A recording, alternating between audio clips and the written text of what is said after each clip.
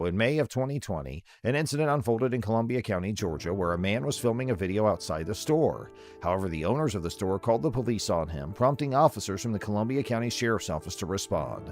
The officer in charge approached the man and requested his identification, citing a call about his videotaping activity. Yeah, we got a call about your videotaping on their property. Do you have it? No, I'm not on their property. I never step on nobody's property. Oh, okay. No, sir. No, I just got the call. Yeah, absolutely. Yeah, I'm just letting you know. Do you have a driver or an ID? Well, I don't show my ID. I don't do nothing wrong. You understand?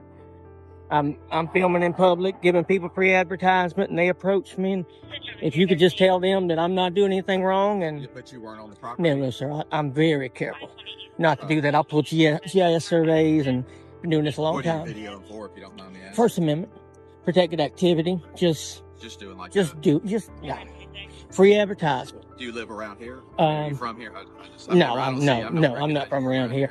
Most people know me. I do this. I go around and, show people right from wrong, wrong from right. And, when they say they call the police, I don't leave. Yeah. Just checking on it. Yeah. But you were never on the property? No, I'm very close. Never ever to do that. Matter of fact, as far as I was right there at the edge of the curtilage, the GIS survey starts. The man asserted that he had not committed any wrongdoing and explained that he was filming in a public area to provide free advertisement. He emphasized that he was careful not to trespass or infringe upon anyone's rights. Refusing to show his identification, he relied on his understanding of Georgia law, which states that unless someone has broken the law, they are not required to identify themselves. The officer alleged that the man had trespassed on the store's property, despite video evidence proving otherwise. However, the officer persisted in requesting identification to potentially charge the man with trespassing. The man maintained his innocence and questioned the basis for his detention, as he had not committed any crime. Unless I've broken the law, you don't have to ID in the state of Georgia. Am I being detained? Well, for the moment, yes. For what crime? Until we find out what's going on. To what crime am I being committed? We were called because you were on their property. Right, and he determined I wasn't. Okay. Hang tight. Just a minute, we'll get you out. Am I being detained for an unlawful reason? Yes or no? Right now, you're being detained because you were on their property, and we're trying to find out what's going on. Okay, and I can prove that I wasn't on their property, and they can't prove that I was. Or, there again, issue me a trespass, I'll be on my way, and then we'll go to court, but... A staff sergeant arrived at the scene, and the man recounted the entire incident, including his rights and the lack of any illegal activity. As the man spoke, the two deputies involved in the arrest stood by, seemingly embarrassed. Morning, sir. How are you? What was your name and badge number, sir? Sure, it's Staff Sergeant Johnson, 93159. Hey, Johnson. I was explaining to them, I'm out here exercising my rights, First Amendment right. Private property starts about 1.2 foot on the other side of that telephone pole per government document survey. Well, okay. Anyway, I did my homework. I'm down here giving some people free advertisement. They called the police to me. This deputy here legally detained me for 18 minutes and 32 seconds for no suspicion of nothing. He told me that I had to show him my identification to be trespassed. I explained to him I was on the curtilage of that road. Right there, their property starts at the front tire of that VW. Okay. And I'm trying to exercise my rights. Both of them gentlemen stood in a auditorium or courthouse with their hand on a Bible, and they swore an oath to protect my civil rights. Yes, sir. He's wanting my Fourth Amendment violated. He's wanting my First Amendment violated. And they called the police to me and lied. I got 28 minutes of video that shows me doing exactly what I'm doing right now on public property, exercising my right as an American. And any time did you go on their property? No, sir. Look. He knows exactly who I am. Which one? To the left. Okay. And I told him I'm gonna file a formal complaint on him and him. And y'all have never, ever had a problem with Columbia County. Right. Ever. And once you realize who I am and what I'm doing, and it really makes y'all look bad, man. And I'm illegally detained for no crime. That's a... As long as you haven't been on their property, that's fine. Absolutely. Because you're outside their property, and you're legally doing what you need Absolutely. to do. Can you explain that to them so they don't violate anybody else's rights? And they don't want you on their property. Absolutely. And I don't go on their property. That's why they were just saying a criminal trespass warning.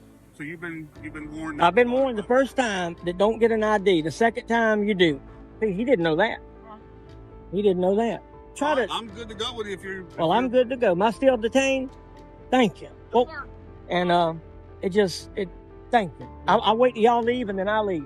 The staff sergeant acknowledged the man's explanation and confirmed that he had not been on the store's property.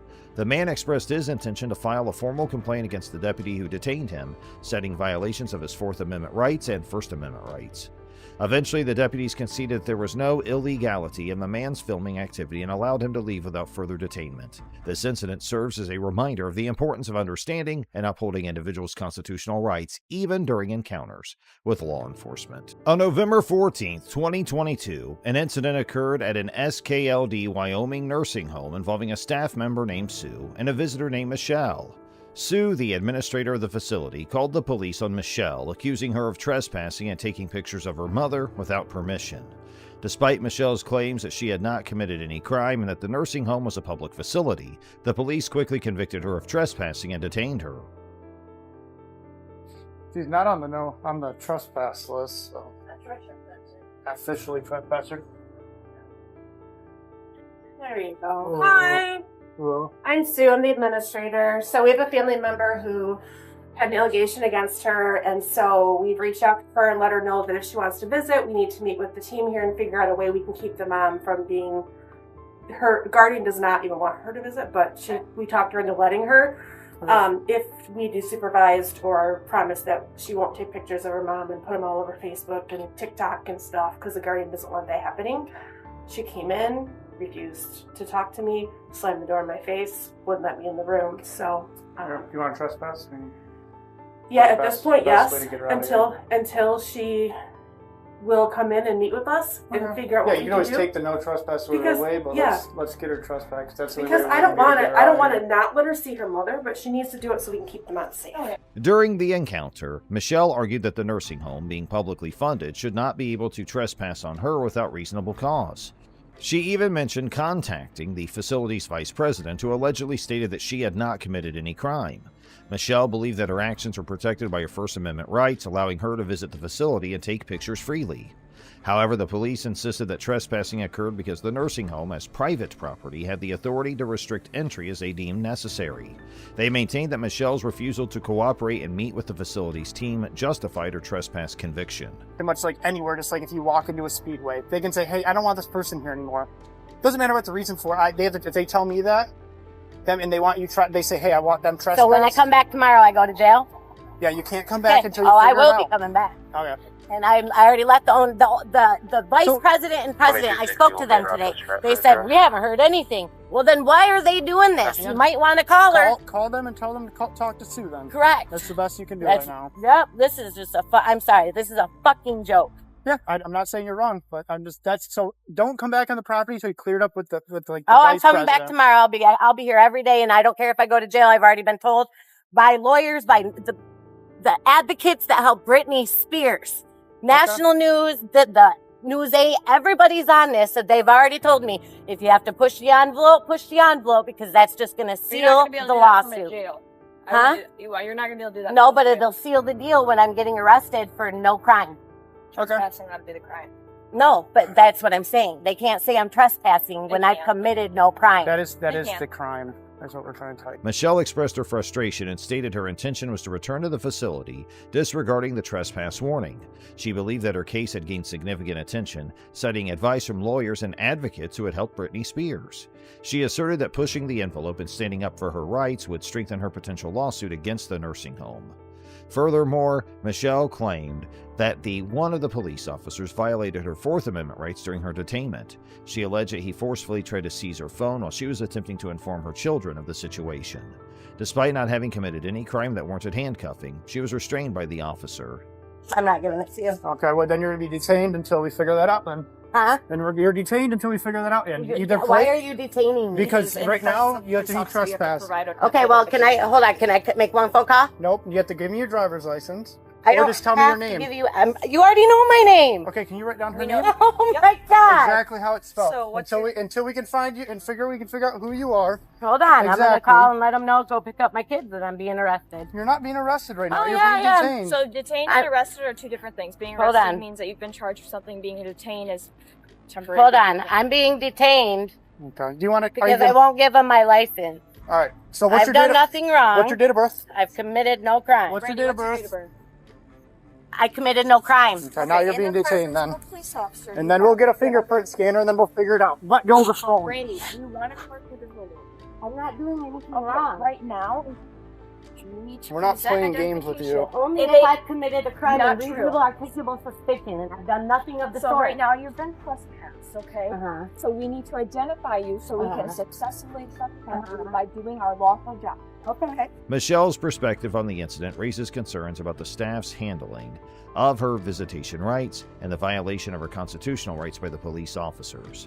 She intends to take legal action, asserting that her rights were infringed upon throughout the incident. In yet another troubling incident that occurred on October 31st, 2022, a visually impaired man named Jim Hodges was illegally arrested and detained by 2 Columbia County cops in Florida. The officers, Deputy Jamie Godey and Sergeant Randy Harrison, claimed that the walking stick Hodges had in his back pocket was a firearm, leading to his arrest without lawful authority. The encounter was captured on video by Hodges himself. When the officers approached him and questioned the object in his back pocket, Hodges explained that it was a walking stick. However, the officers insisted on obtaining his identification and detained him, citing their suspicion he was carrying a weapon.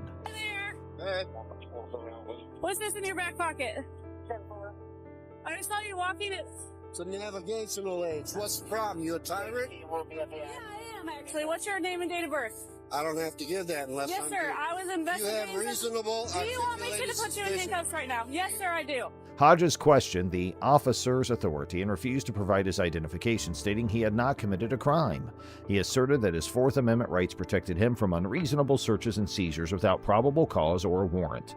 Despite Hodges' explanations, the officers continued to detain him and insisted on checking his identification. Well, you're being one to me. No, sir, I'm Have a doing my good day. job. Am I detained? Yeah, you are. What's your name and date of birth? It does not matter. Yes, sir, it does. Do you have a crime? Would you like me Call to your put you in? supervisor, He's right please. here. All right. Don't you know? What you stop for? For a walking stick. So- And it could look like a weapon. She asked you to really present it, okay? Now she's asking me for ID. Okay. I don't need the ID unless there's reasonable articulated suspicion that I have committed a crime and committing a crime or about to do a crime. Sir, and her suspicion was that you were armed, okay? And she's asking you for your ID. Well, now she has verified that I am not armed, okay? So there is no problem. You have your ID or not? I do have my ID, but you don't need it, okay? Okay?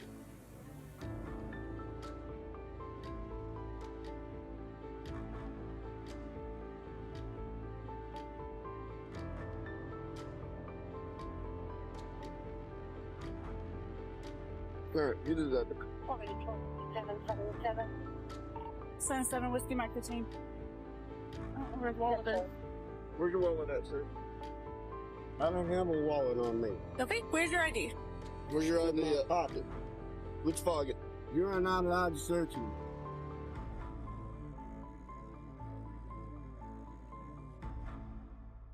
It's in this pocket.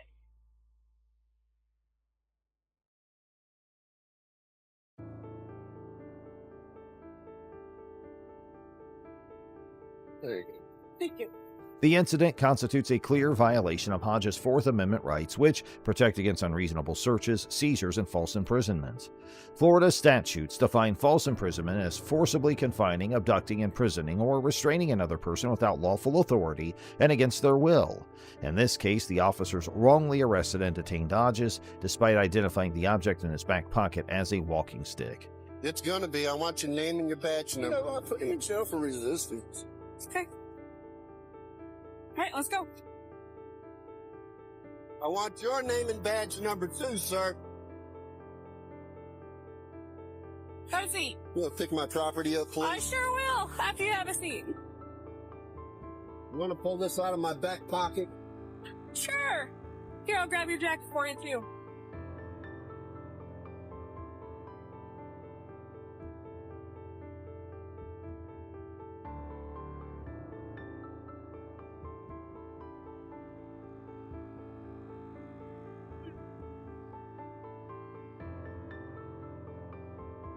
After an investigation by the sheriff's office, it was determined that Deputy Godey and Sergeant Harrison had violated several department policies. As a result, Sergeant Harrison was immediately demoted and suspended without pay for 7 days, while Deputy Godey received a 2-day suspension. Both officers were also required to undergo remedial training on civil rights. Hodges has retained an attorney and plans to file a lawsuit against the Columbia County Sheriff's Office. He's also requesting a federal investigation into the incident. The case highlights the importance of protecting individuals' constitutional rights and holding law enforcement accountable for it. We thought we had seen it all, from mass murders, psychopaths, hooligans, and serial killers to even presidents. Cops have been on a roll arresting people of all types, but have seen cases where they arrest FBI agents. Were they rightly arrested? And do wrongful arrests of law enforcement officials call for the arrest with heavier punishments? Join us as we check a look at bizarre cases where dumb decisions from cops take them to rather odd position. So why don't we just kick things off with a crossover story of an FBI agent who has been wrongfully jailed? In our first case, the Kansas City, Kansas Police Department detained a former FBI agent for no apparent reason. It was a bizarre and ridiculous incident. As it turned out, Roger Golubski, a former detective, had been falsely accused of assaulting 2 black women between 1998 and 2002. There have been 2 accusations, to be exact. The real question is, however, how did the Kansas City Police Force allow him to get away with it for so long? Roger Golubski's unsolved case was discovered by the FBI while it was looking into the Kansas City Police Department's behavior. The former detective had a history of sexually assaulting women over the course of his 35-year career as a police officer and had been trading drugs for information. Lamonte McIntyre, a young black man, was accused of committing a double homicide by Golubski during his time as a police officer. McIntyre was ultimately freed after serving 24 years in prison without proper cause as a result. Golubski was taken into custody by the FBI on suspicion of 6 counts of sexually assaulting 2 black women. He has since entered a not guilty plea. Despite the jury rejecting his lawyer's request for release on medical grounds, he was kept in custody for routine medical examination. Black woman Rhonda Tribute, whose corpse was discovered in 1998, was one of Golubski's informants. Her case remains unsolved despite the fact that the investigation was started but never finished. She died, and Golubski's involvement is now being called into question by many people. That is exactly what we are saying. Many civil rights advocates across the nation have praised the arrest of Golubski, but it also raises serious questions about police behavior and the abuse of their authority. According to Tricia Bullnell, the director of the Midwest Innocence Project, a full investigation into the abuses in Wyandotte County and systematic reforms are needed to ensure that no other police officers and public officials can continue to abuse their power. As more of Golubski's crimes were discovered, it became clear that the Kansas City Police Department needed significant restructuring. Several inquiries remain unanswered as a result of the FBI's inquiry into the department. Roger Golubski's arrest was long overdue, but it's worth noting that it was the FBI, not the Kansas City Police, who brought him to justice. Next up, with the arrest of 2 Drug Enforcement Administration officers by the FBI in Nassau County, Florida, the situation has unexpectedly turned around. The DEA, a law enforcement organization renowned for its aggressive efforts to combat the drug trade, has charged 2 officers with drug-related offenses. But the system's level of dysfunction clearly remains unclear. While selling drugs, including cocaine, that had been seized to willing customers, Sergeant James Hickox was captured with his hand in a cookie jar. His greed knew no bounds as he also combined drugs with other substances to make up the weight difference and kept parts for himself. In his bedroom closet, the FBI discovered 3 shoeboxes, each containing $100,000 in cash. They also discovered another $200,000 hidden in his garage. Hickox claimed that he borrowed the funds for his claim by partaking in his gambling habit when asked where the money came from. Hickox's actions have hurt the DEA's reputation and are obviously a breach of his obligations as a law enforcement officer. Joshua Erie, a highway inspector, had been covered in the same drugs that had to be seized, even going so far as to legally approve the prescription of 43 oxycodone pills. He purchased drugs from drug dealers. As if that weren't enough, while under the influence of drugs, he acquired a gun, due to the fact that he was trusted with the law rather than the law itself. Erie's actions were not only wrong, but also dangerous. The surprise arrest of these officers leaves the public wondering just how pervasive corruption is within law enforcement organizations. Sheriff Bill Leeper expressed his dissatisfaction by saying, "I think we need to make sure law enforcement personnel who violate the law are held accountable. When I learned of the accusations, I was shocked, let down, repulsed, and beyond angry. These incidents where the police ran into the FBI were some of the most shocking ones. We now look at our last and final case. A significant mishap that made headlines involved the case of mistaken identity between a Florida deputy and an FBI agent. When he received a call from a man claiming to be an FBI agent and asking to meet him in a nearby parking lot, Officer Gordon found himself in a precarious situation. This is a classic illustration of what can go wrong if a person doesn't confirm the identity of the person they're meeting, especially when speaking to a police officer. I do, but I don't understand what the problem is with your meeting me at the office. I'll talk to the U.S. Attorney's Office about it. Cut off the recording device now." "Okay, well, I will when I leave the area, sir." "Well, I will when I leave the area, sir." Asked the officer to turn off his recording device. Suspicions should have been aroused. However, Officer Gordon continued to record the conversation, a classic move. This was a wise decision as well, because it provided proof of what had happened, which, as you can probably guess, didn't turn out too well for Officer Gordon. Despite Agent Hatton's efforts to persuade Gordon that he was an FBI agent, the officer was skeptical and demanded to know how the agent obtained his phone number. Given the predicament the officer was in, it is not shocking that he requested assistance and handcuffed Agent Hatton. However, things started to spiral out of control. It got worse when Hatton shut the car door, especially considering how hot it was in Florida. It's fortunate that Agent Hatton's condition didn't worsen because Gordon made a bad choice in doing this. Concerns were raised by Officer Gordon regarding Agent Hatton's investigation into the actions of law enforcement agencies in North Florida. Agent Hatton's claims that he was an FBI agent may not have been taken seriously by the officer because he was aware of the widespread corruption within the police department and worried about being connected to it. Let's say his ego overcame him. The hour-long incident took place on December 20 in a parking lot off U.S. Highway 98 in the coastal fishing community, 45 miles southwest of Tallahassee. Due to the heat, Agent Hatton, who was shielded from the elements by a bulletproof vest and had limited access to air conditioning, started to experience health problems like nausea and suffocation.